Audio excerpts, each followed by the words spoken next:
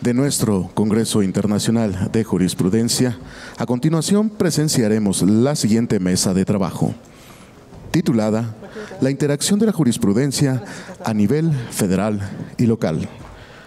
Para presentarnos a los integrantes de esta mesa, se queda con nosotros como moderador el magistrado del Tribunal Superior de Justicia del Estado de México, José Luis Maya Mendoza.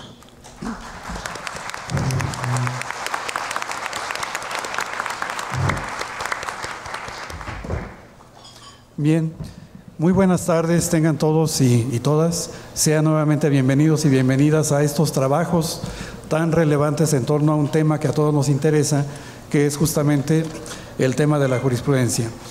Recientemente entró en vigor una nueva ley orgánica del Poder Judicial del Estado de México, en donde se le da un nuevo impulso, a la jurisprudencia porque tenemos nuevos modelos. Y estos nuevos modelos que descansan de manera fundamental en el precedente judicial.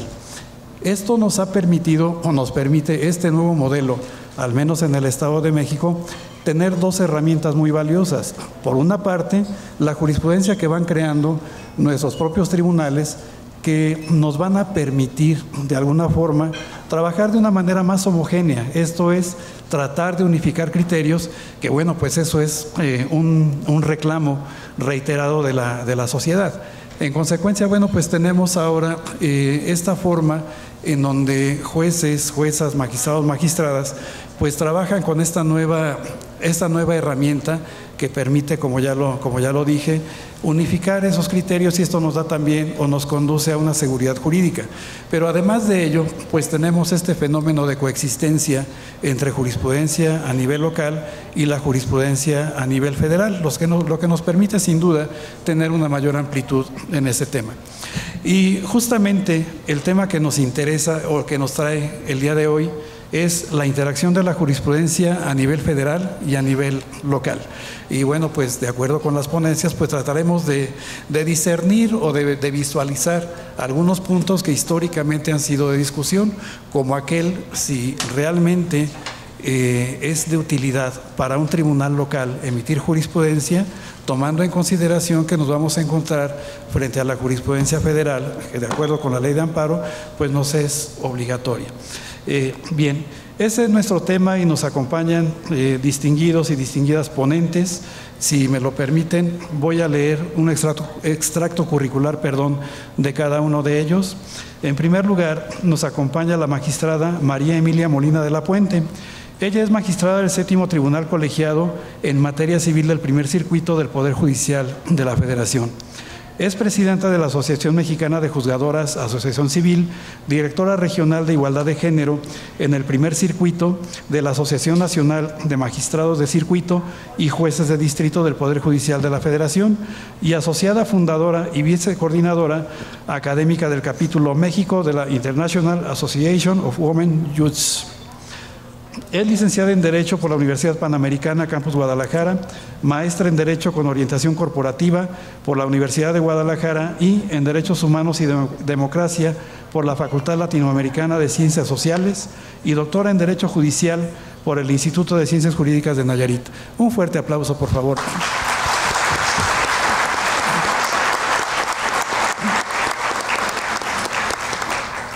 También nos acompaña el juez Eduardo Osorio Rosado.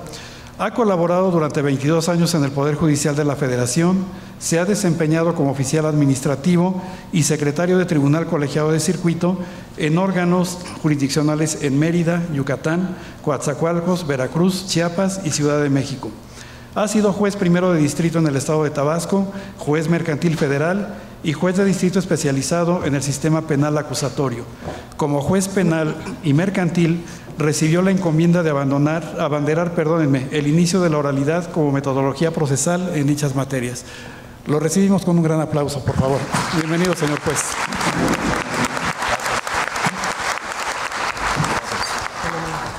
También nos acompaña la doctora Gladys Fabiola Morales Ramírez. Es maestra en Derecho por la División de Estudios de Posgrado de la Universidad Nacional Autónoma de México, licenciada en Derecho por la Universidad Autónoma de Chiapas y candidata a doctora en Ciencias Sociales por la Facultad Latinoamericana de Ciencias Sociales. Tuvo a su cargo la subdirección de investigación en el Instituto de Estudios Judiciales del Poder Judicial de la Ciudad de México, donde desarrolló modelos de formación judicial y realizó proyectos de investigación aplicada en Derecho. Actualmente es investigadora jurisprudencial en el Centro de Estudios Constitucionales de la Suprema Corte de Justicia de la Nación. La recibimos con un fuerte aplauso, por favor.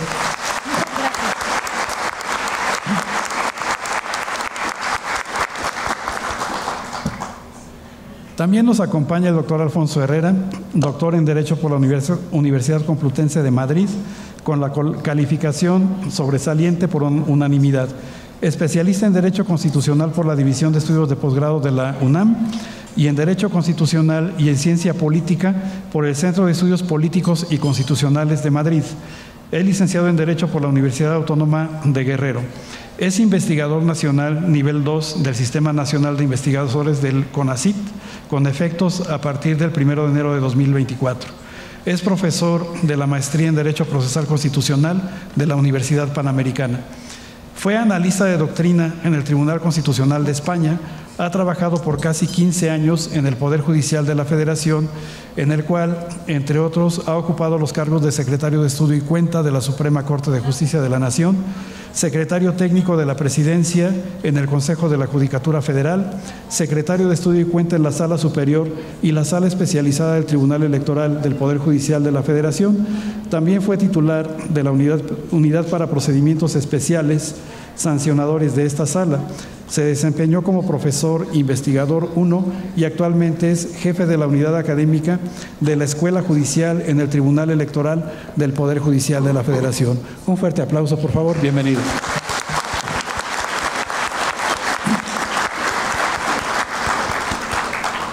Y finalmente nos acompaña nuestra amiga y compañera de nuestro querido tribunal, la magistrada María Alejandra Almazán Barrera, que es doctora en Derecho. Ha cursado, tiene diversos cursos y diplomados en materia civil, mercantil, familiar, amparo y derechos humanos. Laboralmente se ha desempeñado como técnica judicial, notificadora por curso y concurso de oposición, secretaria de acuerdos en materia civil por curso y concurso, secretario auxiliar proyectista de la Sala Civil, jueza civil de cuantía menor por curso y concurso de oposición, jueza civil de primera instancia, de la misma forma, y actualmente ocupa el cargo de magistrada por curso y concurso de oposición y está adscrita a la segunda Sala Civil de Tlalnepantla. También un fuerte aplauso para nuestra amiga y compañera, por favor.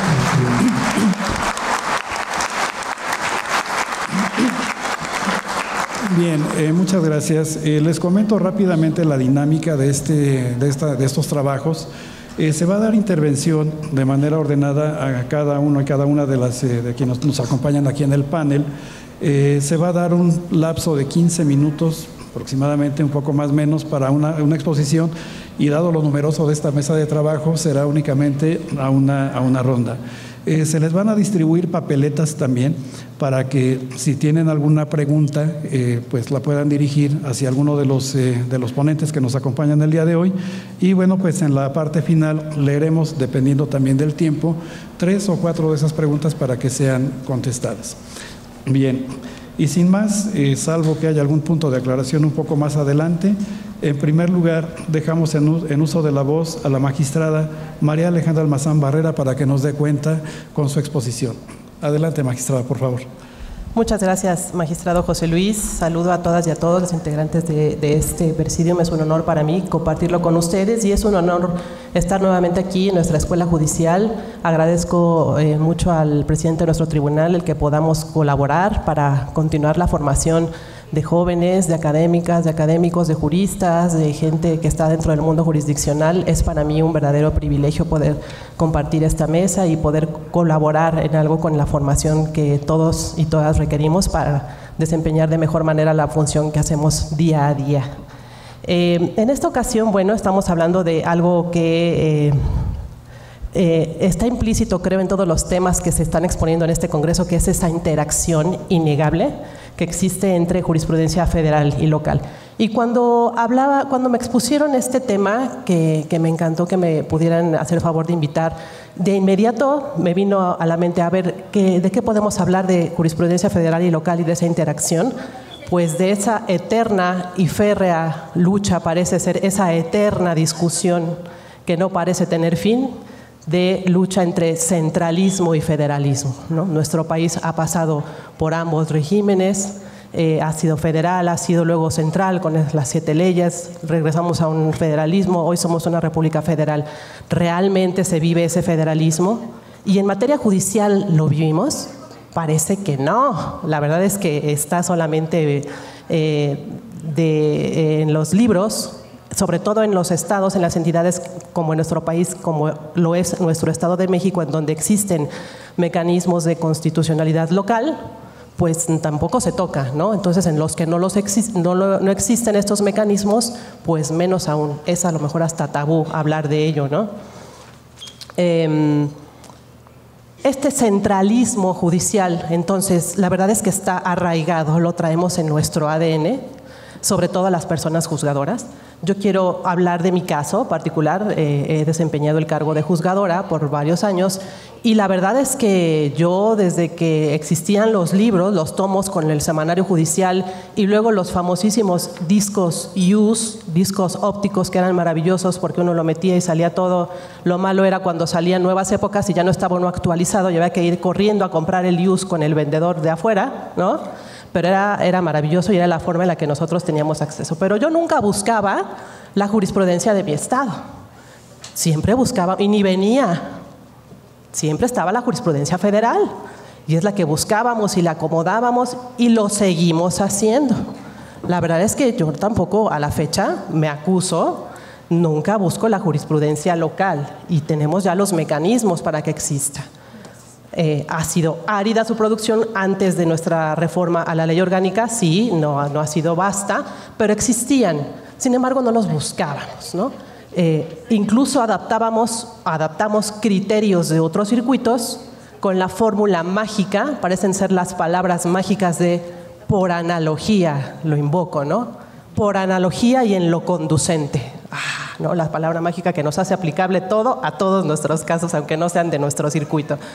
Pero a lo que doy es que realmente, claro que existe un centralismo judicial. Claro que nosotros nos vamos primordialmente como personas juzgadoras a atender a lo que establecen los órganos jurisdiccionales federales en los criterios que van emitiendo. Sin embargo, bueno, por su naturaleza, ¿qué pasa? Las normas constitucionales tienen que ser y son abstractas, tienen que ser lo suficientemente amplias y son o pretenden ser lo suficientemente amplias para poder regir de manera adecuada la vida política, la vida social de un Estado. Entonces, ¿a quién le corresponde ir interpretando, ir concretizando? Bueno, pues esa interpretación constitucional en gran medida es solventada justamente por la labor jurisprudencial de los tribunales, pero no es solamente federal, es local. ¿En dónde se vive el día a día de la realidad de una sociedad? Pues en la justicia local. ¿Quién da cuenta y conoce de las particularidades y necesidades que se van presentando en los casos cotidianos? Pues la justicia local. ¿Y quién por ende es el órgano idóneo para ir concretizando y homogeneizando los criterios que se vayan emitiendo con base en estas premisas distintas, pero en casos análogos? Pues primordialmente debería ser la justicia local. ¿Es por ende importante la justicia local? Pues es esencial. La emisión de jurisprudencia local se vuelve ya esencial en la actualidad. Voy a poner muy rápidamente un ejemplo de lo que nosotros, voy a hablar nada más del órgano de la sala a la cual a la fecha me encuentro adscrita. Es un caso muy simple, pero nos permite apreciar un poquito ese dilema en el que a veces también nosotros estamos inmersos como autoridades jurisdiccionales. Haciendo uso de estos mecanismos que ahora establece nuestra ley orgánica, en la Junta Plenaria de Tlalnepantla emitimos un criterio relativo al juicio de usucapión, algo muy sencillo, en donde establecimos que, bueno, si yo tengo un justo título, si mi parte actora en un juicio de usucapión acredita un justo título en su acción de usucapión, ese justo título me sirve para poder justificar a la vez la posesión originaria, la posesión de buena fe, la posesión la continua. Teníamos nuestras discrepancias, todavía no, pero bueno, a título de propietario, que son algunas de las características necesarias para que prospere una acción de usucapión. Entonces, Desde el rubro de nuestro título, de nuestro criterio, establecimos que sería salvo prueba en contrario, ¿no? Ahí está nuestros hechos, nuestro criterio jurídico y nuestra justificación. Sin embargo, en la sesión en la cual íbamos a aprobar este criterio, alguna de las magistradas integrantes de la Junta Plenaria, atinadamente y de manera muy pertinente, puso en la mesa que existía un criterio emitido por autoridad jurisdiccional federal en cuanto a que la posesión pacífica no era susceptible de justificarse mediante el justo título porque era una presunción. Entonces podría haber prueba en contrario, ¿no? Esa parte que está marcada con amarillo es aquello que es tesis, me parece, no si era jurisprudencia, emitida por otro pleno de circuito distinto al nuestro, establecía de que no es suficiente tener el justo título para justificar una posesión de buena fe, sino que se requería otro diverso medio de prueba para acreditar que se ha mantenido además durante el tiempo necesario para que prosperara el usucapión. Y entonces dijimos, estamos nosotros diciendo una cosa, pero la autoridad federal está diciendo algo que, si bien no es esencialmente distinto, pues sí podría ahí causar un cortocircuito, ¿no? O en nuestro ADN que, como comentamos, traemos de que hay que atender, o que así lo hacemos, en primer término atender a la jurisprudencia federal, pues aquí nos va a causar un cortocircuito que nos va a causar muchos problemas. ¿Qué hicimos entonces? Bueno, pues lo que optamos únicamente por incluir también en el último párrafo del criterio estas palabras relativas a que, salvo prueba en contrario, el justo título acredita también una posesión pacífica. Pero eso solo lo introducimos justo para que no chocara con el criterio federal. Ahora, si no lo hubiéramos realizado así, ¿qué hubiera sucedido? Nos hubieran a lo mejor esperado una sanción de la autoridad federal o una llamada por teléfono de oigan, ¿qué están haciendo? ¿Qué no ven? ¿Qué no se fijan? No lo sé, pero lo hicimos. Y con este ADN, insisto, de a veces, y es que algo va a pasar, ¿no? Nosotros, bueno, lo realizamos así para no causar una complicación mayor a las juezas y los jueces de primera instancia, ¿no? Ahí que pudiera ocasionarles una cuestión de confusión que, lejos de ayudar a ejercer su función, pues la entorpeciera, ¿no? Pero si no lo hubiéramos hecho, la jurisprudencia federal y la local no se relacionan en términos jerárquicos. Y si hay algo así, y si hay algo que se opone, este es un caso muy, muy simple, pero si hay algo que se opone de una manera más clara a lo ya establecido en jurisprudencia obligatoria federal, lo decía hace un rato nuestra querida ministra, pues no va a haber un pronunciamiento de inaplicación por parte de la autoridad federal. La jurisprudencia local y la jurisprudencia federal deben de complementarse. Deben de coexistir sanamente. Deben de ser objeto de interpretaciones, sí, pero de una manera que permita esa coexistencia y sobre todo esa complementariedad que cumpla con el objetivo que tiene la jurisprudencia, que es proporcionar herramientas, que es pensar en el positivo de cómo sí y no en el negativo de cómo no lo puedo hacer al dictar una resolución judicial, de homologar, de encontrarnos con esos distintos criterios y esas distintas premisas, pero que nos permitan homologar para beneficio de la persona a quien va dirigida, que es el justiciable. Las normas son para las personas, para los destinatarios finales. Es a ellos y a ellos a quienes nos debemos, y es pensando en ellas y ellos que deberemos realizar esta labor de la manera más sencilla posible, desde luego, por lo tanto, armonizando lo que se va dictaminando en jurisprudencia federal y lo que se va realizando en la jurisprudencia local. Por eso los invito a todos y a todos a que hagamos, me incluyo, uso de la búsqueda de esta jurisprudencia local que hoy se está produciendo en todas las salas de nuestro Estado de México, porque es ahí donde vamos a encontrar muchas de las respuestas que, por la naturaleza misma de una justicia federal, no vamos a encontrar, esas soluciones que no siempre van a existir en cuanto a la problemática de índole local. Es una justicia mucho más cercana a la vida, una justicia mucho más cercana a la forma de ser y de actuar de los habitantes de cada entidad, el que se pueda establecer esa jurisprudencia por cada uno de los estados que conforman nuestro país. Así que les invito a que hagamos todos este ejercicio. Me voy a quedar hasta ahí para no excederme en el tiempo. Muchas gracias.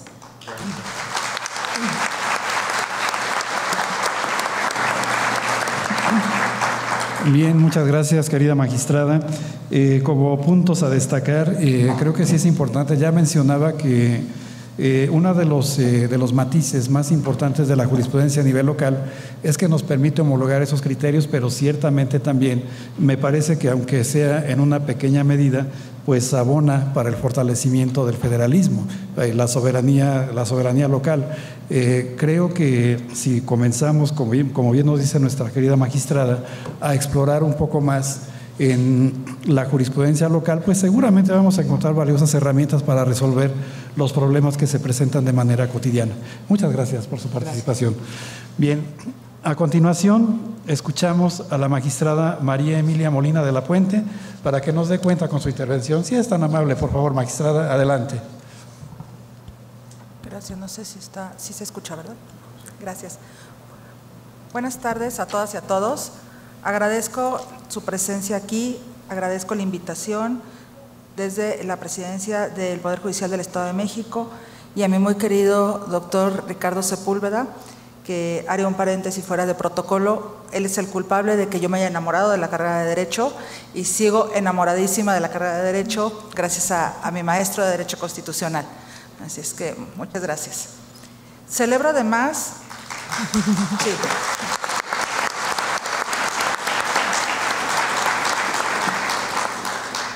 Celebro además que existan formas de mejoramiento de la administración de justicia a través del diálogo y acciones concretas entre poderes judiciales locales y el Poder Judicial de la Federación, como la recientemente anunciada interconexión entre poderes y, por supuesto, los foros que, como este, llegan a motivarnos y a caminar al fin que todas y todos nos ocupa.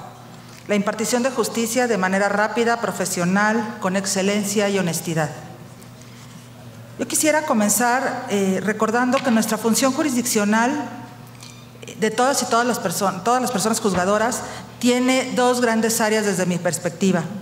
La primera, por supuesto, la resolución con los conflictos particulares que llegan a nuestros escritorios. Recordemos que no podemos actuar de oficio, que nosotros actuamos siempre a instancia de parte. Lo que nos proponen es lo que podemos resolver. Y por otro lado, que me parece probablemente más importante, es la construcción de un andamiaje jurídico.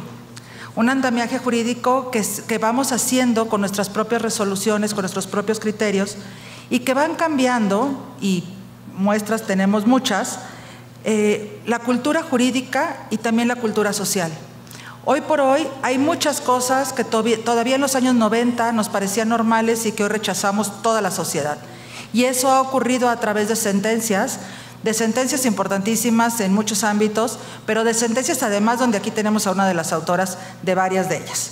Entonces, creo que esa parte donde nuestra función jurisdiccional impacta en el cambio de cómo estamos viendo la sociedad, cómo estamos viendo y la comunidad jurídica, la realidad, es parte de lo que sustenta la importancia de la jurisprudencia. No solo de la jurisprudencia obligatoria, sino también de aquellos criterios orientadores que son básicos para la función jurisdiccional, para la función de todos los operadores del derecho y, por supuesto, para la vida social. La jurisprudencia vista, pues, en digamos, permítanme esta no precisión técnica de hablar de jurisprudencia cuando no solamente estamos hablando de jurisprudencia obligatoria, sino también de aquellos criterios orientadores. Es vista, pues, como un conjunto de tesis y criterios que dotan de certeza jurídica a la sociedad, por un lado, que guían a las personas juzgadoras en la solución de controversias, que suplen las deficiencias y lagunas de las normas generales y que constituyen un valioso material de orientación y enseñanza. Pero además guían al legislador a la adecuación de normas generales. Hay muchas reformas a ciertas leyes, reglamentos, que nacieron de la reiteración de criterios jurisprudenciales. Y hay nuevas leyes que también nacen para hacer frente a criterios jurisprudenciales que, si bien no le obligan al legislador, sí lo motivan a hacer una reflexión legislativa para adecuar todo este marco normativo a una nueva realidad jurídica y social.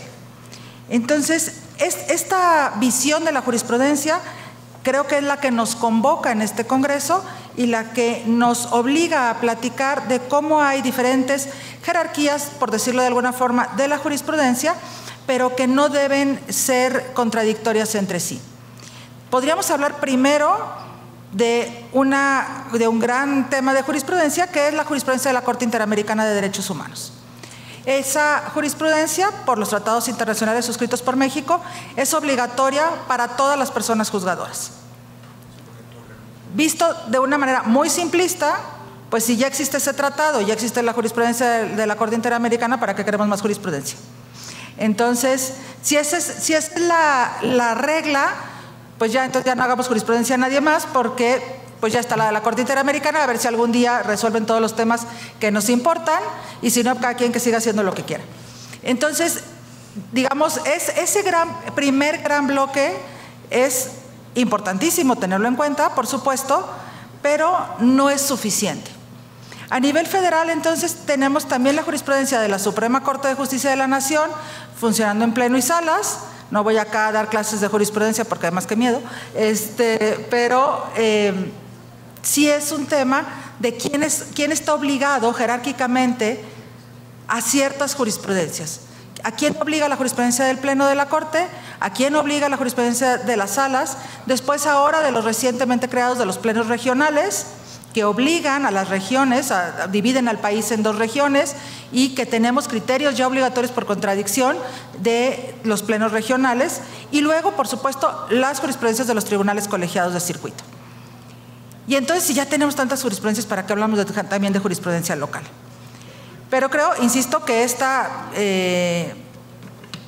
reflexión, así como muy simple, pues no nos daría para mucho más. Me parece que hay varias razones desde un sistema federal para hablar de jurisprudencia, de toda la jurisprudencia federal, por supuesto, de la jurisprudencia internacional, pero también de la jurisprudencia local. Y me parece que la primera gran razón es que el primer contacto de con la justicia que tiene la sociedad es con los tribunales locales. Si hablamos de números, la mayor parte de juicios, de las controversias que existen en este país, son conocidas en un primer momento por la justicia local. Pero además, también hablando de números, hay un porcentaje muy menor de esas sentencias, de esas resoluciones de los juzgados o tribunales locales que llegan al juicio de amparo.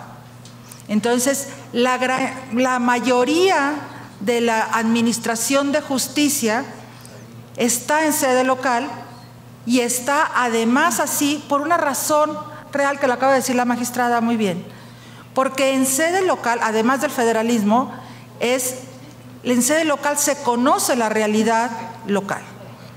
Y entonces una justicia que no contextualiza lo que sucede en la localidad, pues no es justicia.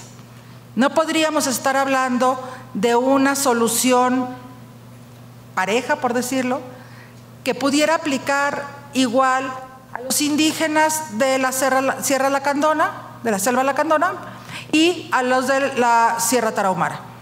Pero además que también le aplicara a las personas que viven en San Pedro Garza, en Ciudad de México, en Veracruz. Y es que en México tenemos muchos Méxicos, y todos esos Méxicos necesitan que esté garantizado el acceso a la justicia. Entonces, ¿cómo hacemos para que todos los casos tengan certeza jurídica? No todos los casos van a llegar a sede federal, por lo tanto, no todos los casos tendrán jurisprudencia, mucho menos jurisprudencia de la Suprema Corte, porque de los que llegan al Poder Judicial de la Federación, un porcentaje mínimo es el que llega a la Suprema Corte. Hay un gran camino que hay que recorrer para generar las contradicciones de criterios que se resuelvan, y que además en algún momento lleguen también a la Suprema Corte, porque haya conflicto de criterios entre también las dos regiones. Históricamente, ciertamente, se ha cuestionado la autonomía de los juzgados y tribunales locales ante la jurisdicción del amparo. Esa es la parte que tenemos como realidad en México.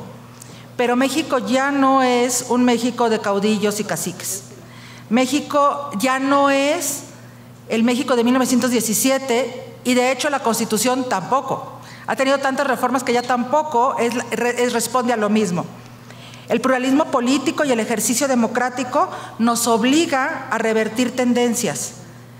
Es imperativo reforzar y consolidar un poder judicial digno, vigoroso e independiente, tanto a nivel federal como local. Los avances constitucionales en México en materia de derechos humanos son fruto de una lucha permanente de las y los ciudadanos. Estos avances fortalecen las herramientas jurídicas y el Estado de Derecho. La independencia judicial, local y federal es piedra angular del Estado de Derecho y la única forma de garantizar el camino a la paz social.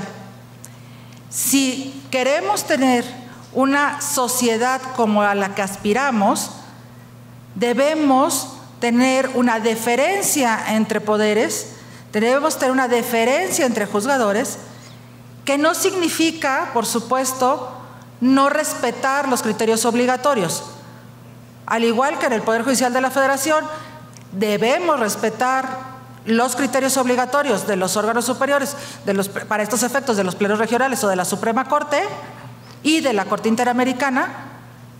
Eso no significa que no lo queramos respetar, sino que debemos reconocer que podemos construir una cultura jurídica mucho más fuerte, más global y mucho más sólida si entre todos los niveles de gobierno, entre todas las competencias y entre todos los operadores de justicia buscamos mejores soluciones y vemos cómo la jurisprudencia nos puede llevar a un andamiaje sólido para que la cultura jurídica, pero también la sociedad, tenga mejores herramientas. Muchas gracias.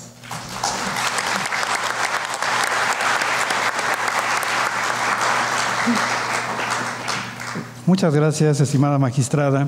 Efectivamente, bueno, la magistrada nos lleva un recorrido muy interesante porque, bueno, pues hablábamos de jurisprudencia federal y de jurisprudencia local, pero dejamos de lado también la jurisprudencia que proviene de la Corte Interamericana de Derechos Humanos. Entonces, pues hablamos propiamente de 3 niveles, pero también a destacar dos puntos.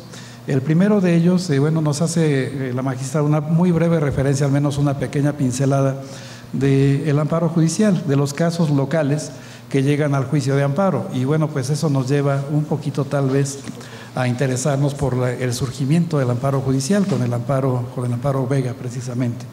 Y posteriormente, bueno, pues lo que encontramos de manera cotidiana, no es lo mismo la problemática, incluso en el mismo Estado de México, no es lo mismo la problemática en el norte del Estado, en el sur, que por acá en la zona conurbada.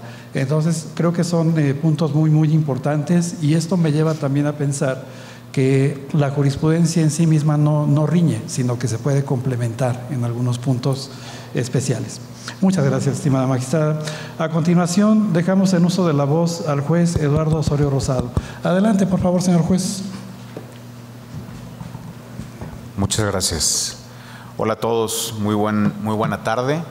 Es un placer para mí estar con ustedes, creo que por segunda o tercera ocasión en mi vida en su estado, en su ciudad. Agradezco al doctor Ricardo Sepúlveda por esta invitación. Es un gusto estar con colegas juzgadores, juzgadoras, con colegas abogados del foro y sobre todo con estudiantes, porque ustedes son el futuro de la abogacía mexicana y por tanto de la fortaleza de la democracia de nuestro país.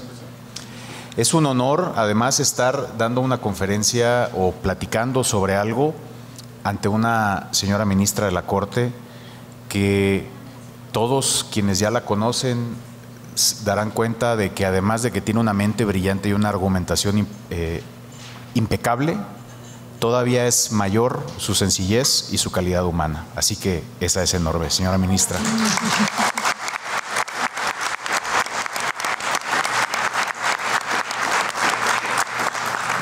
Y digo esto porque además será parte central de mi plática hablar de nuestra formación como juzgadores federales. Escucharon que yo tengo 22 años en el Poder Judicial de la Federación y en estos momentos donde es importante resignificar la función jurisdiccional, la autonomía e independencia de los jueces y la importancia que esto tiene para un país, quiero comentarles cómo es los miembros del Poder Judicial de la Federación, los jueces, magistrados, incluso cualquier juzgador a nivel internacional y nacional, tenemos una dualidad, porque nunca dejamos de reconocer a quienes nos debemos. Fuimos formados, lo hemos platicado, señora ministra, había una formación artesanal, ¿recuerda usted? De mano a mano, de un ministro, de un magistrado, hasta que esto ya fue imposible con la enorme carga de trabajo. Y quiero decirles que en mis 22 años que escucharon que tengo de trayectoria en el Poder Judicial, y hoy soy juez federal, cuando tenemos ídolos jurídicos atesoramos muchas cosas en nuestra vida. Seguramente ustedes tienen cuestiones similares. Y algo que yo siempre recuerdo como experiencia de vida es cuando, siendo oficial en el Poder Judicial de la Federación, mi magistrado, que sabe cómo somos los que amamos la camiseta, me dijo: ¿no quieres choferearme hoy? Vamos a buscar a una ministra en su primer acto oficial como ministra de la Corte, y fue a la ministra Margarita, que recibimos en Yucatán en aquel entonces, que dio un discurso hermosísimo y conmovedor, porque recuerdo que habló de Guti, el compositor yucateco, y que decía que sus canciones hacían evocar la memoria de sus padres. Bienvenida, señora ministra, es un honor. Muchas gracias a todos.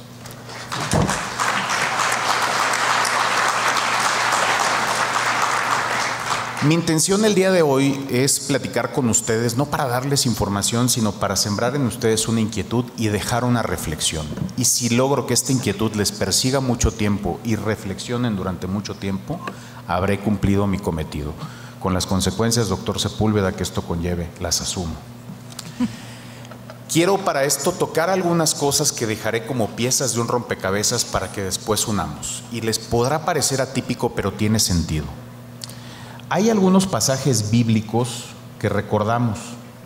No sé si recuerdan ustedes que en ocasiones había personas que dejaron de hacer sacrificios y adorar a Dios porque se quedaron en las cuevas adorando ídolos de barro.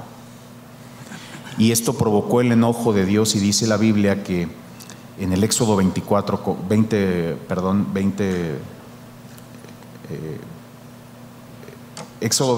dice: Dios les dijo: no te harás ídolo ni semejanza alguna de lo que está arriba en el cielo, ni abajo en la tierra, ni en las aguas debajo de la tierra. Y en Levítico hay otro pasaje donde dice: ustedes no se harán ídolos, ni se levantarán imágenes talladas, ni pilares sagrados, ni pondrán en su tierra piedra grabada para inclinarse ante ella, para postrarse ante ella, porque yo soy el Señor su Dios. Esta es la imagen o el pasaje bíblico que quisiera dejar aquí. Después quisiera llamar su atención a otra cosa. Cuando hacemos hoy en día trabajos de investigación o leemos trabajos de investigación, es más común, doctor Herrera, ustedes que son expertos también, doctora Gladys, que nos pidan como en los criterios editoriales ponerle al final palabras clave o keywords y un resumen o abstract. ¿Por qué? ¿Qué finalidades tienen? Que con las palabras clave se difunda a golpe de vista de qué trata el trabajo, y si quieres saber un poco más sobre su contenido, lees el resumen. Entonces este resumen, estas palabras clave y el texto, el resumen, perdón, y las palabras clave permiten difundir un trabajo de investigación y que se pueda localizar con mayor facilidad un trabajo de investigación. Pero no hay académico serio que hable de un trabajo de investigación diciendo: es que Atienza dice, es que Alfonso Herrera dice, porque leyeron sus palabras clave o un resumen. No creo que alguna vez lo hagan, Gladys, Alfonso, ¿verdad? Hay que leer el trabajo. En nuestro sistema hay un medio de difusión oficial de los criterios judiciales que se llama Semanario Judicial de la Federación. Pero para que se pudieran difundir era imposible. Si llenaban oficinas, señores, una época de un semanario judicial de la Federación con tesis, imagínense si publicábamos la sentencia. Entonces se tuvo que idear un método de difusión de criterios que precisamente con palabras clave llamadas rubro y un resumen o abstract llamado texto, se difunden criterios, pero que se contienen en una sentencia. La tesis, como diría la canción, si transformáramos Caminos de Guanajuato por Caminos del Semanario, no valen nada las tesis no valen nada. tienen solamente la función de difundir criterios. Lo que vale son las razones en la sentencia. Sin embargo, señores, desafortunadamente hemos dejado de acudir a las sentencias y hemos construido imágenes de ellas, tesis, y nos hemos postrado ante las tesis. Hemos dejado, e incluso a veces sin leer las tesis, porque mi primo, mi compadre, mi amigo, mi maestro dice, hay una tesis, y entonces yo reproduzco que hay una tesis. Oye, pero ¿ya leíste la tesis? No, pero él dice que dice la tesis. ¿Y ya leíste la sentencia? Bueno, no menos. Eso es lo que verdaderamente importa. Por eso yo digo que en un modelo de precedentes, sobre todo hoy en día, y además, aunque no estuviéramos, hoy, señores, mi primera misión es hacer ver a todos que debemos cambiar la palabra hay una tesis por hay un criterio y un precedente, para que dejemos de cargar todo el valor en la tesis, en esta ficha de información de un criterio, y le demos importancia a sus razones. Tenemos una mentalidad inquisitiva, y hablo de modelo procesal. En los modelos procesales de corte inquisitivo, a través del derecho de la ley, se normaba, se normativizaba, se estandarizaban procesos en todo un territorio. Y la tesis tuvo esa finalidad. En ocasiones, si recuerdan las tesis de hace mucho tiempo, se construían como textos normativos, como artículos, sin razones. Entonces, básicamente tenían esta función de estandarizar. No había razones, nada más había la función de normativizar una situación. Y hemos tomado las tesis de esa manera, al grado de que no hay palabra más fuerte en el foro que una discusión la mate, hay una tesis. Y cuando dicen hay una tesis, nos desarman, porque nos traen esta cuestión que simboliza aquello que hemos dado tanto valor y nos quedamos callados. En la, no diría vieja escuela, señora ministra, diría en la alta escuela, te decían siempre los magistrados de antes, por favor, si vienen a comentarme algo, no me vengan a decir hay una tesis, hay un criterio. Denme razones. Hoy estamos en un modelo de precedentes, y cuando se discute sobre la interacción entre jurisprudencia nacional e internacional, quiero llamar su atención a que dejemos de pensar en las tesis, a que pensemos en las sentencias y en las razones, y a que tomemos conciencia, porque a pesar de la centralidad que verdaderamente existe, en un tris, los precedentes del Estado de México pudieran convertirse en los más importantes si se comienzan a construir metodológicamente de acuerdo con un modelo de precedentes. Si todos nos preocupamos por conocer qué es la ratio decidendi, qué es la rationale, cuáles son los obiter dicta o obiter dictum, cuándo podemos distinguir o hacer un distinguish, si diera tiempo en la sección de preguntas, todos podemos decir aquí, miren, viene un ejemplo. ¿Procede el abreviado en juicio, señores? Diríamos no. ¿Por qué? Porque hay criterio de la Corte que dice que no. Bueno, yo permito abreviado en juicio, y si me permiten comentarles después, les diré por qué. Y tiene que ver con un aspecto del precedente y una distinción del criterio. Entonces, el éxito de un modelo actual está en que quien va a construir las tesis, magistrados, sepan que en un modelo de precedentes el criterio no tiene la función que tenía antes. No hay que crear cuestiones generales. Se llegó a discutir si la jurisprudencia era retroactiva, gozaba de los atributos de ley, ¿recuerdan? Y hubo tesis que habló del tema, para decir que si bien era general, no debe ser general la difusión de un criterio. En un modelo de precedentes, la función de un tribunal que crea precedente es resolver un caso y que las razones que determinaron la solución del caso puedan servir a quien tenga un caso similar, que es un enfoque distinto a construir, después de resolver un caso, un criterio general que resuelva casi todo. Si se logra conocer esto, si se logra comprender esto y construir los criterios de esta manera, vamos a estar del otro lado, porque hacemos mucho daño si comenzamos a construir los criterios de manera general. No tienen que ver ni con un modelo de precedentes ni con una visión no inquisitiva, sino acusatoria o adversarial del proceso. Y como ejemplo está, ahora, decía la magistrada Emilia y también recordó la magistrada, ya también tenemos que considerar la jurisprudencia de la Corte Interamericana. ¿Y qué fue lo primero que nos preguntamos? ¿Y dónde encuentro sus tesis? Porque para nosotros la jurisprudencia son las tesis. ¿Y dónde encuentro las tesis de la Corte Interamericana? No, no las vas a encontrar. Su jurisprudencia es ese párrafo que dice: esta Corte ha sostenido que son las razones que están en los precedentes. Y no olviden, compañeros, que desde 2011 se abrió la puerta a un modelo de control de regularidad, de constitucionalidad difuso. Siempre estuvimos en un modelo de control concentrado, pero después del caso Radilla, en el Varios podrán consultar, se dijo que estamos en un modelo de control difuso, incidental o vía de excepción de la constitucionalidad. Y ustedes, colegas, como yo, porque soy juez de proceso, somos la primera instancia de control de la constitucionalidad.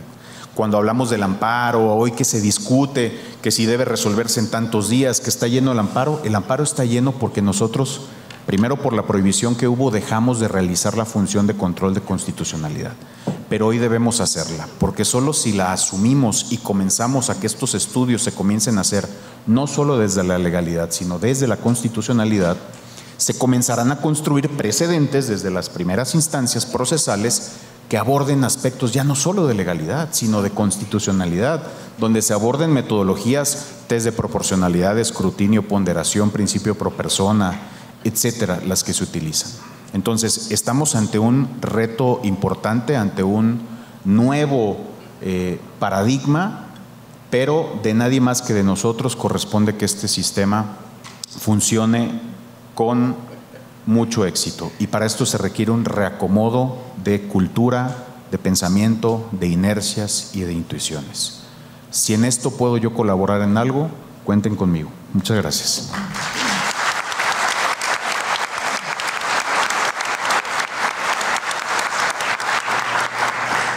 Bien, muchísimas gracias por su exposición. Y efectivamente, bueno, creo que sí nos queda la inquietud, sobre todo porque a nivel local en el Estado de México, bueno, pues estamos trabajando y estamos conociendo realmente, estamos generando criterios que se fundan justamente en el precedente y no tanto en una tesis. Quiero hacer aquí también una pequeña reflexión tocante al cuestionamiento y dónde encuentro la ficha respecto de las jurisprudencias de la Corte. Bueno, ya conocíamos nosotros o ya teníamos por ahí un sistema en el artículo 43 de la Ley Reglamentaria de las Fracciones 1 y 2 del 105 de la Constitución, de las acciones de inconstitucionalidad y de las controversias, en donde se nos decía ya, o ya existía el precedente, ya era conocido y nada más tuvo un rediseño recientemente con la última reforma constitucional. Muchísimas gracias, señor juez.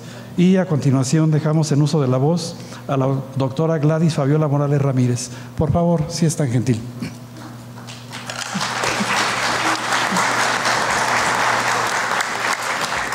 Muchísimas gracias al magistrado Maya Mendoza por la presentación, al doctor Ricardo Sepúlveda por la invitación y por permitirme compartir panel con personas que admiro y cuyo trabajo respeto en diferentes frentes, tanto en la judicatura como en la academia, y que han guiado o inspirado en mucha forma el trabajo que yo he realizado en los últimos años sobre aplicación de precedentes.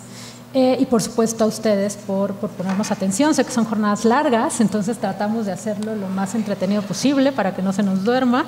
Hace unos años, me parece, o al menos cuando yo estaba en la universidad, hablar de jurisprudencia era aprendernos de memoria esta regla de jurisprudencia son las 5 decisiones en el mismo sentido, sin ninguna en contrario. Pregunta básica de cualquier examen de derecho constitucional, y era lo único que discutíamos de jurisprudencia. La jurisprudencia era entonces, al menos como yo la entendí al inicio, algo bastante árido y sobre lo cual no había discusión. Es más, como se ha comentado por diferentes panelistas, conferencistas en estas sesiones, la jurisprudencia, al menos desde 1995 en particular, con la introducción de los mecanismos de control constitucional, comienza a tener un peso específico, sobre todo la jurisprudencia constitucional, la jurisprudencia de la Corte. Y es que no es poco reconocer que tenemos un tribunal constitucional que es el intérprete autorizado de la norma fundante de México, ¿no? Entonces, a quienes nos tocó la reforma del 95, pues comenzamos ya a decir, bueno, igual no son los 5 criterios en el mismo sentido, sin ninguno en contrario, o sea, hay algo más detrás. Y después está ya también la jurisprudencia de la Suprema Corte con la reforma de 2011 y la introducción de los parámetros de regularidad vía control de convencionalidad, principio pro persona, y tenemos ya una Corte que establece criterios relevantes, no solamente con una interpretación estricta, acartonada de la norma, sino también que hay un desarrollo de derechos a través de interpretación normativa, por supuesto, como muy bien lo explicó la señora ministra, pero ya no tan atada a interpretar antinomias o lagunas, sino realmente a desarrollar derecho. Por supuesto, la reforma de amparo de 2013, que ya no voy a intentar siquiera tratar de no solo porque es innecesario, sino porque no lo haría mejor que la ministra. Y tenemos también la importante reforma de 2021, la más reciente reforma judicial, que aunque tiene muy pocos artículos y parece ser un cambio de nomenclatura, tenemos como impacto esencial lo que nos acaba de comunicar el juez Eduardo Osorio. Hay una referencia directa en el artículo 94 constitucional a que la fuente primaria del precedente o de la jurisprudencia como tal es la sentencia. Y el artículo 94 constitucional nos remite directamente a que lo que vincula de una decisión de la Corte son las razones que fundan la decisión. Ahora, el tema es que son estas razones votadas por mayoría de 8 votos o más en el Pleno, 4 más en salas. Entonces, todo parece indicar que cada vez, y no lo digo, no parece indicar, sino que vivimos o convivimos hoy más con una jurisprudencia que está viva, más parecido a un derecho constitucional en movimiento, como dice Ana Laura Magaloni, ¿no? O sea, donde ya no podemos, y aquí hay estudiantes, y ojo que si les siguen enseñando derecho civil o derecho penal únicamente con el código, recuérdenle a sus profesores que les están enseñando parcialmente el derecho. No podemos hoy estudiar ningún área del derecho si no conocemos al menos los precedentes nacionales, los precedentes interamericanos y las interpretaciones de soft law de los órganos, bueno, las interpretaciones vinculantes y no vinculantes de los comités de derechos humanos en todas las materias. Solo así podemos decir que sabemos un poco de derecho, teniendo idea de todo este parámetro. ¿Es sumamente complejo? Sí, porque los problemas sociales que tiene que resolver la judicatura son complejos. Por eso la función jurisdiccional no es, o tomar decisiones, no es una máquina de tortillas, no es mecánica, es esencialmente compleja, casuística, analítica, contextual, tiene muchísimos aspectos y dimensiones. Estos aspectos, esta complejidad de la decisión judicial, también, o al menos desde hace unos 8 años, mi misión de vida es entender cómo dentro de esta complejidad encontramos cómo estos precedentes constitucionales permean las decisiones o modelan las decisiones de órganos jurisdiccionales de diferentes jerarquías. Sobre todo la justicia local, porque, como ya muy bien mencionaban en esta mesa, es donde realmente el 90% de la ciudadanía obtiene una respuesta a sus problemas o a sus demandas. Es ante un juez, una jueza local, magistrados, magistradas del Estado. Solamente de manera excepcional tendrán justicia a nivel federal y de manera muy, muy, muy excepcional su caso será conocido por la Suprema Corte de Justicia. Entonces, a mí, y esto se comparte, cada vez nos preocupa más si realmente toda esta transformación constitucional vía precedentes de la Corte, que tanto ha impactado en la decisión del día a día de los juzgados y salas de los poderes judiciales de todo el país. Esta es una pregunta que no tiene respuesta y que apenas comenzamos a analizar. Y que responderla no es fácil porque justamente la naturaleza de la aplicación de los precedentes no es mecánica, no es automática. El hecho que la Suprema Corte hoy genere un precedente no quiere decir que mañana tenga que aplicarse en todos los casos que conoce un juez local o una jueza local. Dependerá del caso, de la circunstancia, de lo que aleguen las partes, de la retroactividad, si se puede aplicar de manera retroactiva o no. Es decir, no es fácil identificar cuándo se aplica, o qué tan aplicable es la jurisprudencia, digamos, en términos reales, en cifras, en evidencia. ¿Qué les tengo para encontrar? Entonces, les digo, a mí uno de mis intereses esenciales es identificar cuándo se aplican los precedentes, en qué grado se aplican, cuáles son, digamos, más allá que sean vinculantes o no, cuáles son más vitales, porque esto nos dice mucho de qué tanto el precedente constitucional está siendo útil a la decisión judicial local y cómo convive con la jurisprudencia federal o la jurisprudencia interamericana. Les digo, esto es algo que es difícil de identificar, pero hay mecanismos, metodologías, teoría. Aquí alimentarnos de las discusiones empíricas o de los estudios sociolegales desarrollados en otros países nos ayuda. Obviamente no podemos trasplantarlo de manera inmediata, hay que hacer adecuaciones. El concepto de ratio decidendi tiene, digamos, sus dimensiones en Estados Unidos, pero hay que redimensionarlo para lo que representa en México hoy, en los últimos 5 años, en los futuros 5 años. Entonces, haciendo estas aclaraciones de que no son mecanismos, digamos, de trasplante automático, sí podemos retomar como ideas, teorías, evidencia que puede ayudarnos a analizar esto. ¿Qué les puedo, o cuál es la base de entender, o los elementos, factores que pueden impactar en la aplicación de un precedente a nivel local? Teóricamente y empíricamente, la comunicación del precedente. El precedente existe cuando lo conocemos. No podemos exigirle a un juez o jueza local que aplique un precedente para el cual no hay sentencia publicada o no hay tesis publicada.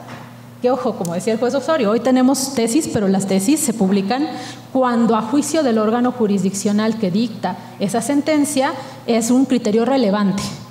Pero si nos vamos al acuerdo 1/2021 de la Corte, el hecho de que no sea relevante para el juez o jueza, órgano jurisdiccional que generó el precedente, no significa que el precedente no exista. Si no se generó una tesis, la sentencia, siendo fuente fundamental de esta creación de derecho jurisprudencial, podemos argumentarla en juicio. Las y los juzgadores hoy en día pueden tener un argumento, un concepto de violación basado en una razón que justifica la decisión, votada por mayoría de 8 votos en el Pleno, que no sea contenida en una tesis. Entonces, primero necesitamos tener estas herramientas para que se apliquen. Tenemos que aprender a leer sentencias en clave de precedente judicial. Tenemos que redimensionar el papel de las tesis, que ha sido esencial, fundamental, y lo seguirá siendo porque nos da claridad, nos da certeza. Hay muchísimos precedentes que se generan cada día y las tesis lo que nos ayudan es estar alerta. Sí son sumarios, sí son keywords, pero cuando tenemos 100 casos que resolver en un mes y tenemos 200 precedentes nuevos y cada viernes tenemos más criterios, saber que hay una tesis pues nos indica, nos alerta y nos dice, ok, voy a leer esta sentencia, no todas, no tengo que leer todas, ¿no? Entonces, ¿cómo leerlas? Es importante. También, por supuesto, esto tiene que ver también con las estrategias de comunicación que tengamos. Tenemos que desarrollar no solamente en lo individual estrategias para leer sentencias en clave de precedente, sino también que la propia Suprema Corte tiene que mejorar sus mecanismos de comunicación para que tengamos buscadores que funcionen a través de conceptos y no solo palabras clave, porque hoy queremos buscar en el buscador jurídico avanzado, que es maravilloso, ¿qué ha dicho o qué no ha dicho la Corte sobre derecho al agua en casos de ejidos? Nos va a arrojar, porque buscamos ejidos, derecho al agua, 300, 400 sentencias. Que un juzgador, ¿a qué hora tiene tiempo de leer 300, 400 sentencias para desahogarlas? ¿Cuál? Y recordemos que muchas de estas no hay tesis, ¿no? Entonces, ¿cómo hacemos esto? Tiene que haber también un esfuerzo institucional de los órganos a quienes les importa que sus precedentes se apliquen.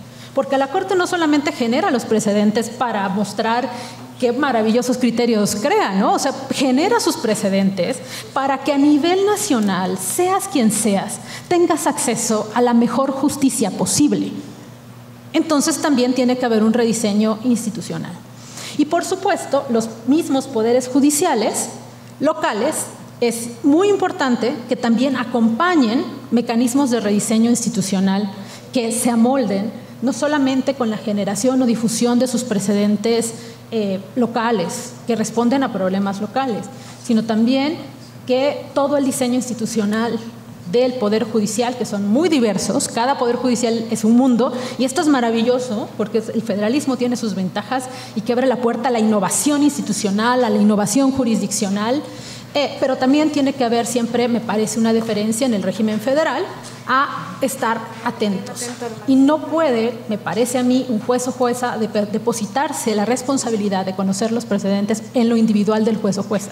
Tiene que haber estos rediseños en la Suprema Corte, en el Poder Judicial Federal, pero también a nivel local, que les ayuden a conocer los criterios y a entender cuál es su margen de aplicación. Y una parte, lo que han hecho en la en el Poder Judicial del Estado de México, con el sistema de precedentes local, le da también ayuda a dar claridad a la jurisprudencia nacional o federal. Nos ayuda a reconocer, son innovaciones institucionales, normativas que ayudan a conocer. Parte de esto también implica, de este rediseño institucional, digamos a nivel del modelo teórico, hay una etapa de comunicación, otra etapa de recepción, ya los conocemos, y esa recepción es tanto individual como institucional. Y sí tiene que haber un mensaje institucional de política judicial, de los poderes judiciales locales, que lo que diga la Corte es relevante. No solamente retóricamente, sino en cursos de formación, con una capacitación constante. Hay formas de mandar mensajes institucionales de que hay criterios que es importante observar.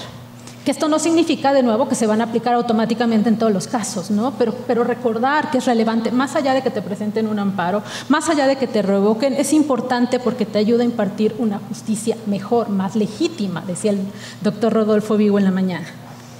Y por supuesto, después tenemos que entender ya cuál es el valor normativo del precedente, caso por caso, es vinculante, no es vinculante, puedo argumentar separarme del precedente porque no estoy ante un caso análogo, o sea, esto ya es un tema de argumentación que ya nos separamos de lo individual, de lo institucional, volvemos a la esfera individual y ya en cada decisión judicial, la manera en que hacemos vivo el precedente de la Corte no solamente es aplicándolo y diciendo, como dijo la Corte en la tesis tal, sino explicándole a las personas por qué ese criterio judicial es el que resuelve de mejor manera este caso. O bien explicándoles de manera sencilla y clara por qué el criterio que me invocaron en una demanda de amparo realmente no aplica a este caso, pero no es que no aplique porque no quiero que aplique, sino porque tu caso es distinto. Y entonces vas construyendo a través de la aplicación de precedentes la legitimidad de esa decisión, haciendo deferencia al máximo órgano jurisdiccional. Y por supuesto, la identificación de las consecuencias que va a tener tu decisión. Hay muchos casos en los cuales la Suprema Corte no tiene resoluciones o los colegiados no tienen criterios para todos los problemas que se enfrentan. La creación de derecho judicial es todos los días en todas las instancias. Allí se va definiendo. Entonces, ¿qué esperamos en este sistema? Las y los jueces locales tienen un margen muy amplio para crear sus propios criterios. Observar siempre cuál es la línea jurisprudencial de la Corte. Si no tienes un criterio específico sobre este problema local, sí tienes un parámetro de hacia dónde ha ido la Corte. En casos no lo suficientemente similares para que apliques el precedente, pero sí lo suficientemente similares para identificar una línea jurisprudencial y decir, en esta temática la Corte ha ido por la amplitud del derecho y en esta otra temática ha ido por la restricción, por términos de organización institucional, económicos, lo que sea. Entonces también en la creación de esos criterios novedosos podemos voltear a ver a la Corte, o deberíamos voltear a ver a la Corte y ver cómo mi criterio abona una línea jurisprudencial que se construye tanto por lo que dice la Suprema Corte, por lo que dicen los colegiados, los juzgados de distrito, las salas y los juzgados locales. Todas y todos forman parte de esta creación vigorosa del derecho jurisdiccional. Muchas gracias.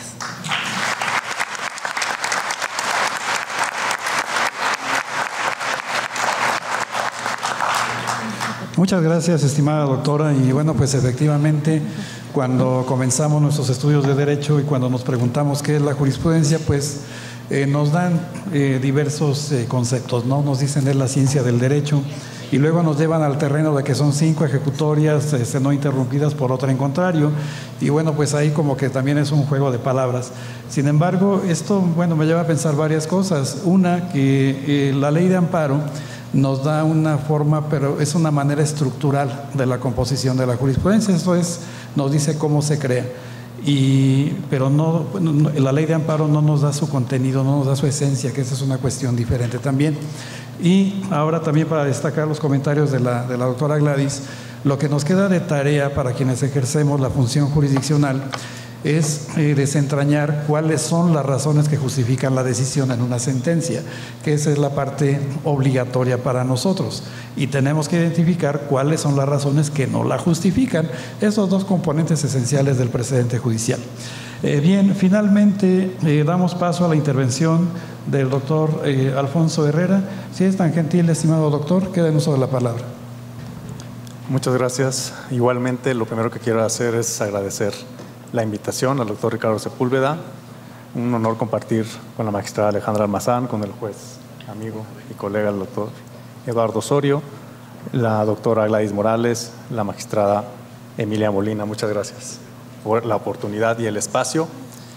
Yo lo que quisiera hacer en esta última reflexión de la mesa, en estas primeras intervenciones, es fijar una reflexión y una invitación más bien a pensar y a repensar el sistema de jurisprudencia cuando hablamos de esta interacción entre ordenamientos, la jurisprudencia que se genera a nivel federal y la que puede estar generándose en los sistemas de jurisprudencia locales, a partir de dos ideas. Una idea de cómo entender la jurisprudencia en materia de derechos humanos, que al igual que sucede con las fuentes normativas de derechos humanos, tienen sus particularidades y especificidades respecto de otras materias. Es decir, una cosa es hablar precisamente de las normas de derechos y de su jurisprudencia a partir de su aplicación, y otra, hablar de materias que no inciden en materia de derechos, y creo que esto a nivel internacional está muy marcado, que debe precisamente seguir pautas de actuación en la judicatura y en la impartición de justicia distintos. Solamente por poner un ejemplo, los tratados internacionales que no se refieren a materia de derechos humanos, desde luego que persiguen objetivos tradicionales de los contratos, es decir, condiciones sinalagmáticas, derechos y obligaciones entre las partes. Pero cuando hablamos de derechos, los estados tienen obligaciones deferentes hacia la protección y hacia la eficacia, lo que hace que las normas relacionadas con la aplicación tengan distintas aproximaciones. Desde luego que no es un tema sencillo, porque es un tema que requiere rivalizar con un montón de estereotipos, de estigmas, de reglas anquilosadas de la jurisprudencia mexicana, y voy a decir quizá algunas cosas que ustedes pueden levantar las cejas, ¿no? Es decir, por ejemplo, una de mis tesis que voy a tratar de referir es cuestionarnos el concepto de la obligatoriedad cuando hablamos en materia de derechos.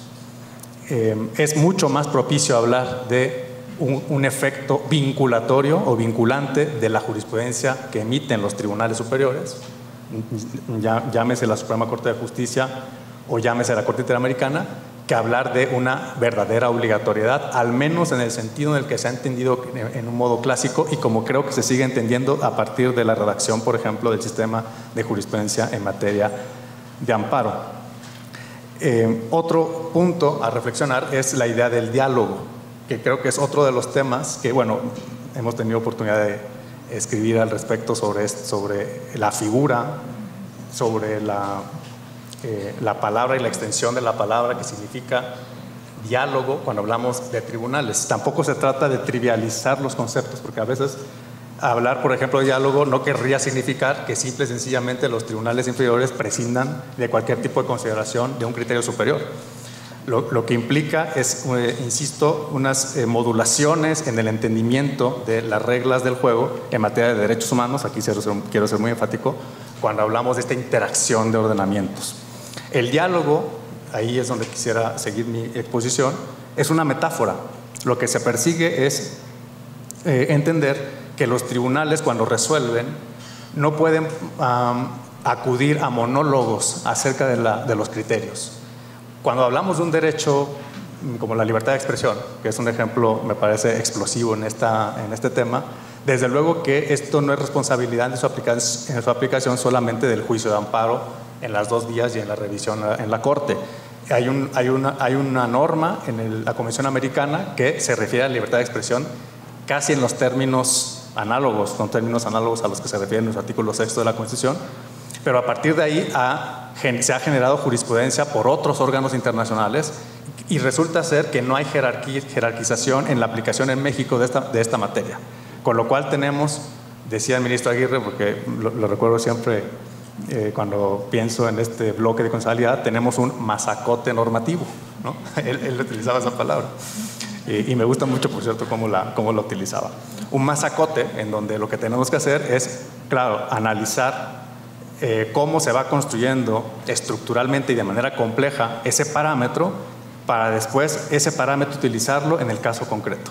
Y vamos a encontrar que la jurisprudencia en materia de libertad de expresión tiene un conjunto de características, decía yo, muy explosivas y expansivas, que a veces pueden entrar en colisión con la naturaleza de los casos judiciales en materia de derechos. La naturaleza de los casos judiciales en materia de derechos, esto está, digamos, diagnosticado en la bibliografía al respecto, es casuística. Es decir, más o menos lo mencionaban también la doctora Morales ahora, ¿no? ¿Qué quiere decir que sea casuística? Que no siempre vamos a encontrar la manera de construir un sistema de estándares que apliquen a una generalidad de casos, sino que siempre la vocación de la jurisprudencia de derechos es siempre ser específica. Es decir, con lo cual tenemos ahí un problema, digamos, de engranaje, ¿no? Si el casuismo de los derechos humanos es tal, ¿cómo podemos generar un sistema estructurado y sistémico de criterios? Y la verdad es que los criterios se van construyendo dependiendo de las situaciones fácticas que se van actualizando. Será una libertad de expresión en donde tenemos una restricción a manifestarnos a través de simbologías, y esto es un caso que sucedió en la primera sala, que niegan o que hacen una alocución del nazismo, por ejemplo, cuando si tenemos un tatuaje que no tiene que ver con una cuestión fascista o nazista, o que tiene que ver con esto, pero que sí puede ser o resultar más o menos intolerante para las personas, ¿no? Estoy pensando, no sé, en otro tipo de simbologías que pueden resultar, por ejemplo, estoy pensando en este momento, una planta de marihuana. No es lo mismo llevar un tatuaje con una planta de marihuana en mi brazo que si llevo un tatuaje con una simbología nazista. La primera sala determinó, claro, hay un montón de cosas que decir sobre ese caso, por cierto, que no era protegible por la Constitución a una persona que llevaba este tipo de manifestaciones expresivas en su cuerpo, aun cuando, claro, desde luego alegaba la libre expresión de la personalidad, como es un principio y un derecho que se ha desarrollado de manera muy amplia por la propia Corte en distintas vertientes. Con lo cual creo que esto nos puede, insisto, llevar al punto en el que podamos considerar que el casuismo de los derechos dificulta la labor de la jurisprudencia cuando hablamos de esta interacción de ordenamientos. Se me está yendo el tiempo, yo solamente quería enfatizar otra cuestión, que es el de, decía yo al principio, la jurisprudencia específicamente aplicada en materia de derechos tiene que ver también con lo que a nivel internacional se ha denominado los pisos mínimos de protección. Y por eso creo que ahí el tema de la obligatoriedad vamos a tener que reflexionar sobre él, ¿no?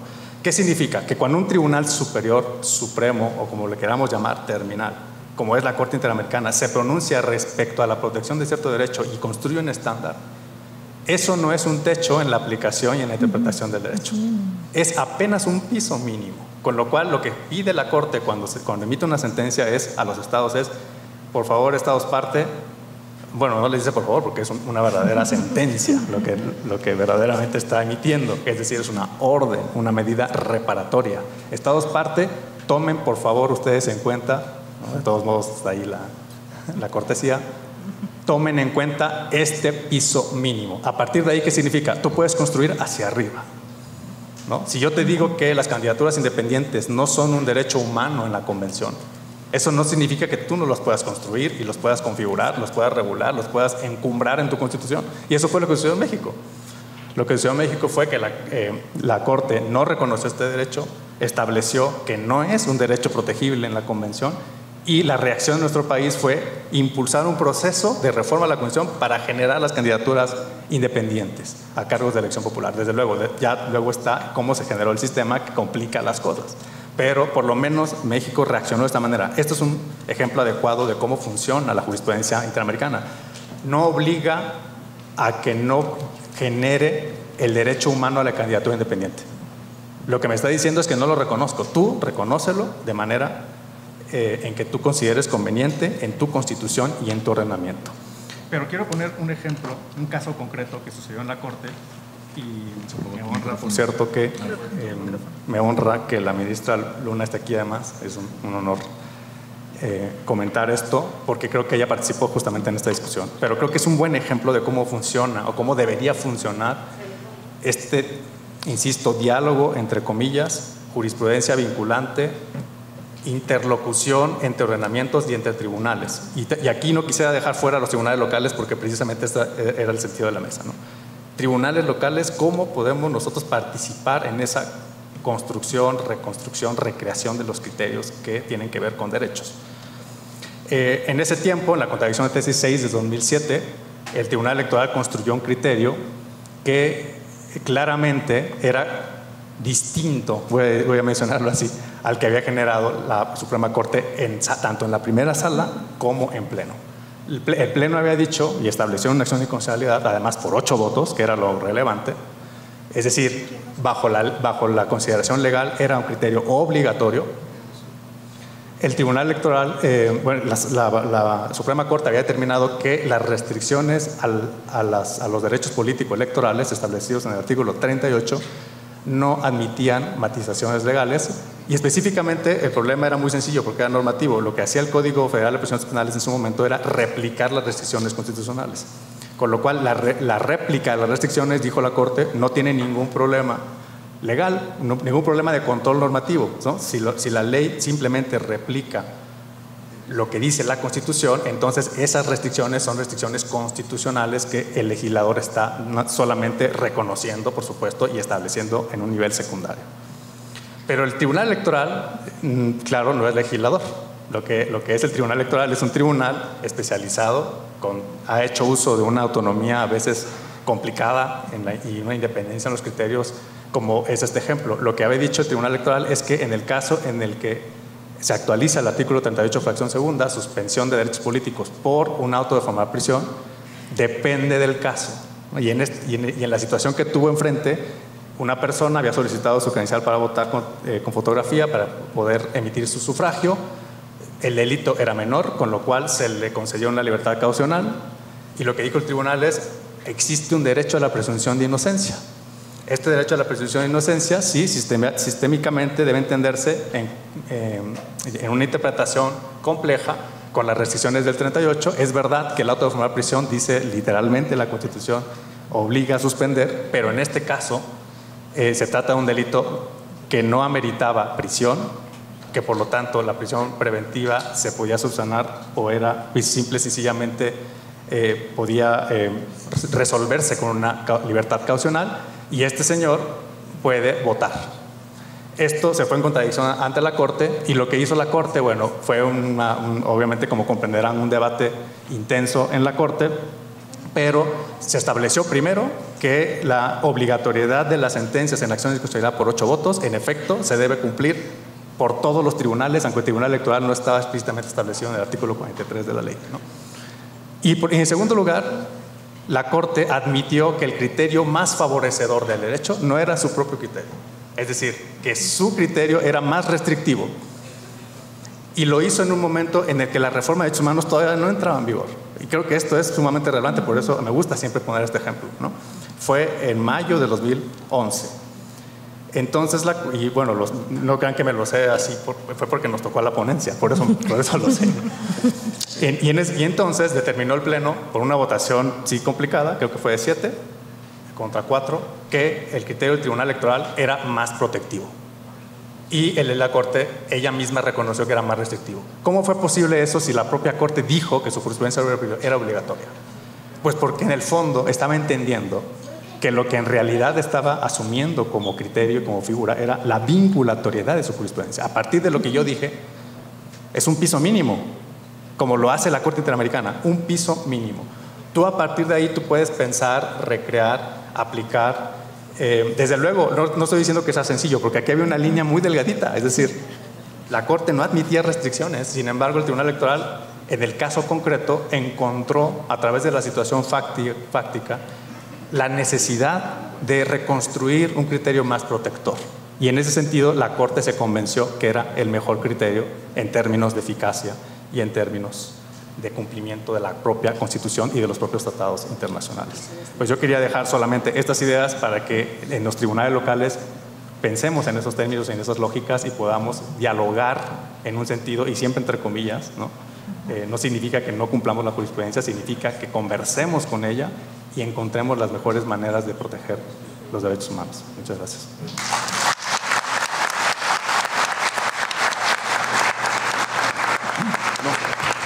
Bien, muchísimas gracias, estimado doctor. Bueno, sin duda, pues la jurisprudencia debe ocuparse justamente de los hechos concretos, de los hechos particulares. Como experiencia les podría compartir que en algunas ocasiones al rastrear jurisprudencia para resolver un caso concreto, si ingresamos a la sentencia, pues advertimos que no tiene nada que ver con lo que vamos a resolver. Y de ahí, bueno, pues justamente la importancia de pues puntualizar o de observar la jurisprudencia que efectivamente sea aplicable al caso concreto. Y por lo demás, pues sí, yo creo que es muy necesario ese diálogo jurisprudencial a partir del nivel local, del nivel federal y sobre todo del sistema interamericano. Muchísimas gracias y si me lo permiten, pues damos paso a una sesión. Haremos únicamente unas 3 preguntas por cuestión de tiempo. Y en primer lugar, tenemos a nuestra asistente Fabiola Camacho Hernández, que es estudiante, y ella le pregunta al doctor Eduardo Osorio cuál es su opinión sobre la participación activa de los estudiantes en el proceso judicial y cómo puede influir en la evolución de la jurisprudencia. Está redactada tal cual la pregunta. Gracias, Fabiola, gracias. Los estudiantes hoy tienen una oportunidad que no tuvimos los que estudiamos en su momento, porque pensábamos que el proceso y el juicio era algo como veíamos en las películas y en las novelas, y cuando llegábamos a los tribunales y había que hacer fila para que a regaños y con ciertos procedimientos pidieras un expediente, anotaras algo y nos dábamos cuenta que no era nada de eso.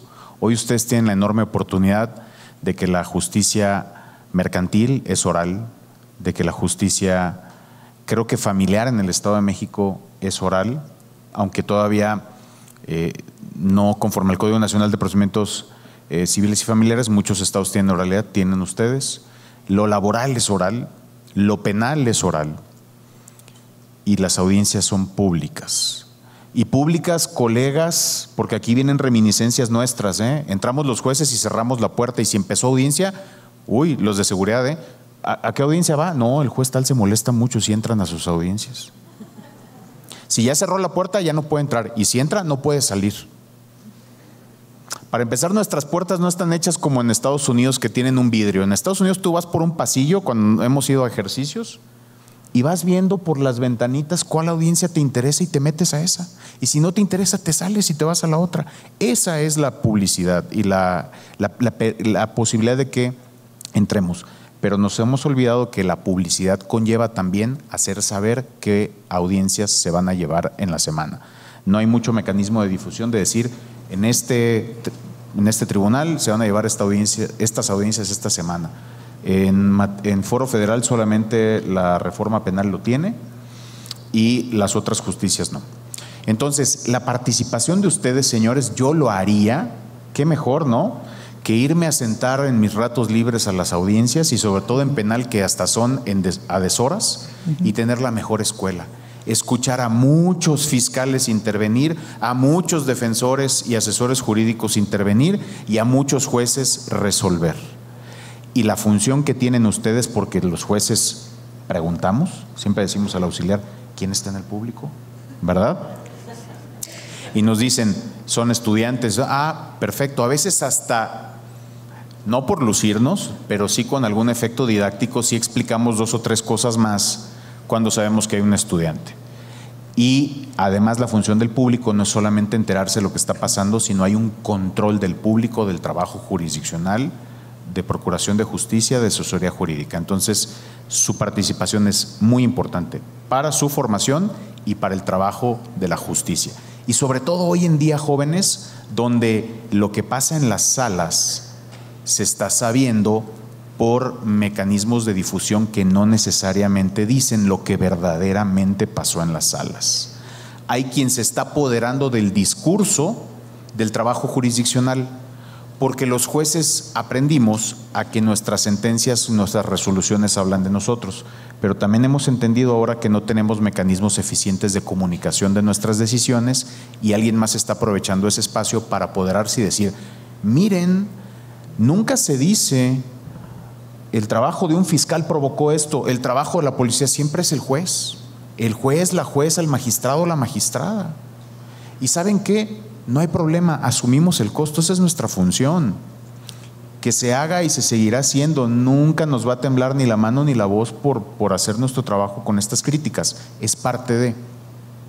Pero sí es importante que ustedes digan, no mamá, no tía, no primos, en la reunión, en la de diciembre, antes de la pelea por los terrenos, que digan, no, yo estuve en esa audiencia y de ninguna manera jamás la fiscalía dijo eso, no es cierto que el asunto trató de eso, jamás el juez resolvió por estas razones.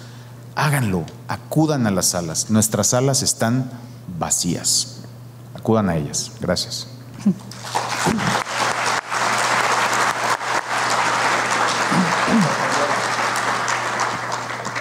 Gracias, muchas gracias, señor juez.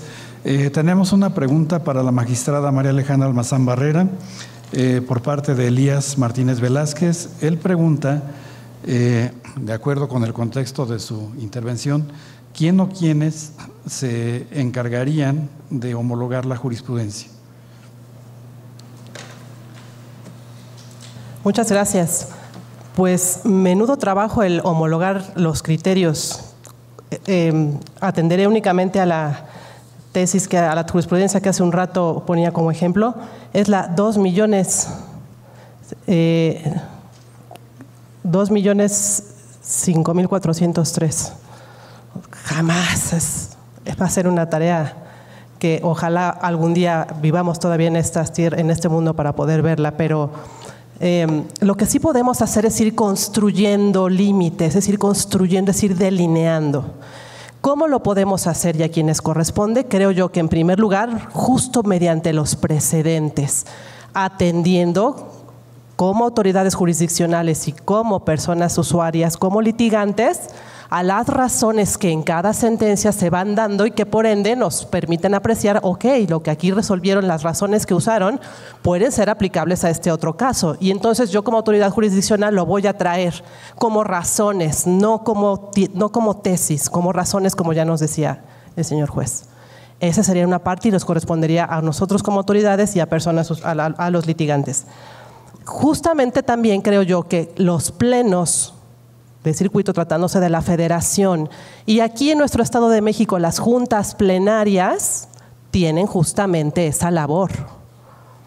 Analizamos sentencias que emitimos, analizamos resoluciones que a lo mejor se han reiterado, aquí por 3 veces en este caso, o precedentes que hemos emitido y consideramos que deben ser publicados, que deben ser elevados a la categoría de jurisprudencia obligatoria y difundidos de manera idónea, justamente para cumplir con esa función de, otra vez, homologar. Pero ¿saben también a quién le corresponde? A las y los litigantes en el Estado de México. ¿Por qué? Mediante la jurisprudencia por consideración. Es el litigante el que ahora tiene la posibilidad de acudir ante una jueza, ante un juez, decir, hay esto que se resolvió en otro juicio, ya nos lo explicaba hace un rato nuestra querida ministra. ¿Por qué no lo aplicas aquí, jueza o juez? Corresponderá a la autoridad judicial decir si lo aplico o no lo aplico. Y eso es apelable. Y entonces se va a una sala.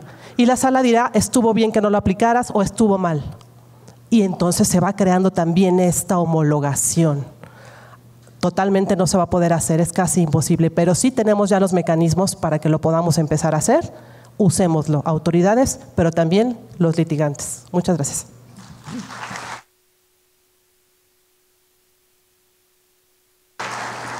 Bien, y para finalizar, una tercera pregunta que va dirigida a la magistrada María Emilia Molina de la Puente.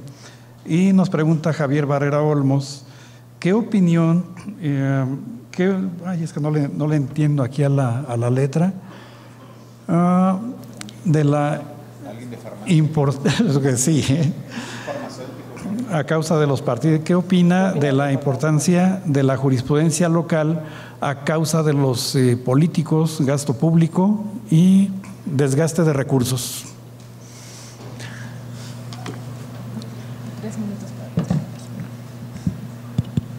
Bueno, espero haber entendido la pregunta. A ver, me parece que la jurisprudencia local, más allá de ver la función jurisdiccional, más allá de verla como un desgaste o como un gasto público criticable, debe ser vista al revés. Debe ser vista como una forma, primero, de resolución, por supuesto, de los conflictos, como una forma de contención de la violencia social, como una forma de resolución de la problemática social y, por supuesto, el que se haga a nivel local es, insisto, la mejor manera de que se vayan resolviendo los conflictos. Una de las tantas críticas que se hace a la justicia y a la justicia a nivel nacional, no solo la federal, es que es muy tardada. Y es muy tardada porque nuestro sistema jurídico tiene como malas mañas, pues, pero malas mañas culturales. Partimos de la desconfianza, o sea, y no estoy hablando solo de juzgadores, estoy hablando de la sociedad. Partimos de la desconfianza hacia el juzgador. Y eso, si vamos, cuando hemos ido a algunos capacitaciones en el extranjero, es algo que a nivel internacional en el extranjero dicen ¿por qué? O sea, ¿por qué parten de que el juez inferior lo hizo mal? O sea, ese es nuestro sistema, ¿no? Y usted pregúntele a quien sea y bueno, ya llegaremos al amparo, ¿no? No importa qué pase en primera instancia, ya llegaremos al amparo. Y todos vamos a llegar al amparo, no sabemos cuándo vamos a llegar al amparo, pero un día vamos a llegar al amparo. Y luego, si no se preparó todo correctamente y el amparo pues no les favorece, el Poder Judicial es un corrupto. Cuando lo que deberíamos estar fortaleciendo, y yo creo que estas reformas van en ese sentido, es la justicia local, a fin de que lo que llegue a la justicia federal a través de los medios de control constitucional sea mucho más depurado, que estos mínimos básicos de derechos humanos los podamos ir creciendo, sí, claro, pero cuando tenemos 2 millones de asuntos nuevos en el amparo, eso fue la estadística del año pasado, 2 millones de asuntos que solamente resolvemos 1,680 juzgadores federales, pues entonces, ¿qué es lo que estamos recibiendo? ¿Y qué es lo que estamos recibiendo? Pero también ¿qué es lo que está recibiendo la judicatura local? Y la judicatura local, ¿qué está haciendo con lo que está recibiendo? Es decir, ¿cómo está funcionando la judicatura? Creo que tenemos que hacer análisis mucho más profundos y pensar en que cualquier resolución que implique un criterio vinculante o obligatorio es un criterio que forma parte de nuestra cultura jurídica y que va a mejorar, en principio esa es la idea que tenemos cuando resolvemos, va a mejorar, no solo resolver ese conflicto, sino que va a mejorar lo que la sociedad va a esperar de otros conflictos. Si yo ya sé cuál es el criterio vinculante de un derecho fundamental en alguno de los casos entre particulares, o sea, el cumplimiento de un contrato, porque en cumplimiento de contrato de pronto tenemos muchos casos de derechos humanos también. Y entonces, si sabemos eso, probablemente desde la celebración del contrato entre particulares podamos estar previendo ciertos conflictos desde una perspectiva distinta. Cuando veamos jurisprudencias, por ejemplo, en materia familiar, probablemente las reflexiones que hagamos dentro de las familias, cuando tenemos problemas, por supuesto, cuando no tenemos problemas no necesitamos la judicatura. Entonces, cuando tenemos problemas, las formas de proponer soluciones entre nosotros mismos también pueden ser distintas. Desde la jurisprudencia local, desde la jurisprudencia federal, desde la jurisprudencia internacional, creamos este andamiaje, por eso me gusta llamarle así, este andamiaje jurisprudencial que nos lleva a tomar mejores decisiones. Entonces yo creo que no lo vería como como una crítica al gasto público o una crítica a la función como servidores públicos, sino al contrario, como un fortalecimiento del Estado de Derecho, porque eso es, desde mi perspectiva y de la perspectiva además de muchísimos académicos, creo que es una perspectiva que compartimos muchos, la función jurisdiccional es una de las columnas que sostienen el Estado de Derecho, y que si no tenemos Estado de Derecho no podemos ni siquiera hablar de derechos humanos. Entonces, la judicatura, desde, por supuesto, la judicatura local y la judicatura federal, es lo que sostiene al país como un Estado de Derecho, y es por eso que tenemos que verlo desde esta perspectiva y proteger las características que una persona juzgadora debe tener para beneficio de la sociedad. El acceso a la justicia es un derecho de las personas, no es un derecho de las personas juzgadoras. Gracias.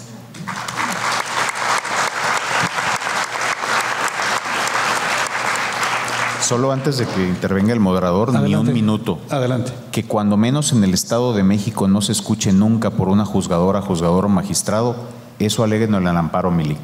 ¿De acuerdo? Que se haga cargo del estudio de control de constitucionalidad para que lleguen verdaderamente depurados, o a veces ni siquiera sea necesario llegar allá.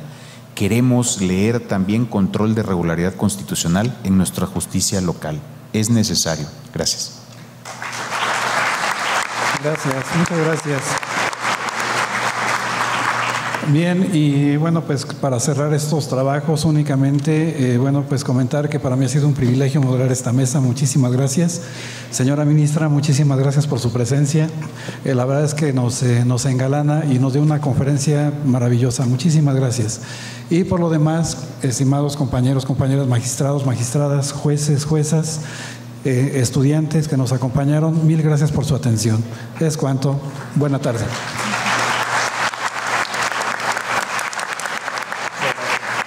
Ok.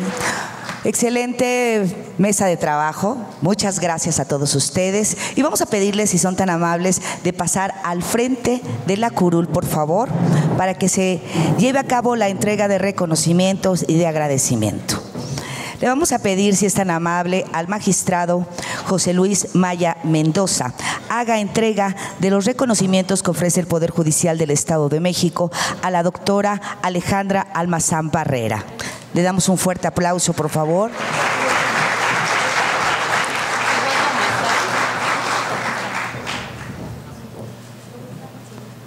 Recibe reconocimiento también el doctor Eduardo Alberto Osorio Rosado.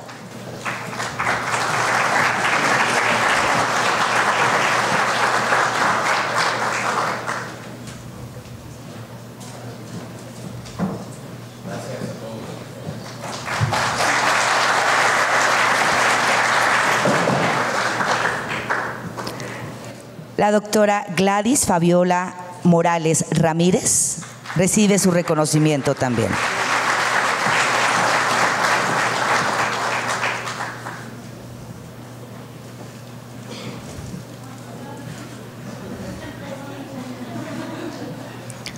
El doctor Alfonso Herrera García.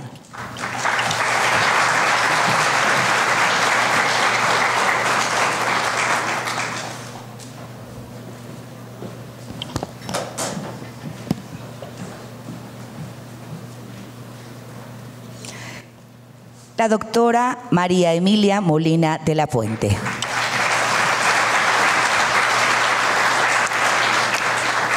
Y junto con ese reconocimiento se les ha entregado un presente de parte del Poder Judicial del Estado de México, que son ejemplares de la colección Rumbo al Bicentenario del Poder Judicial del Estado de México. Y también les hacemos una entrega de un agradecimiento a quien fungió como moderador el magistrado José Luis Maya Mendoza. Un fuerte aplauso a todos ustedes. Gracias por su participación en esta mesa. Y gracias a todos ustedes, vamos a tomar un receso. Nos vemos aquí en punto de las 3 de la tarde.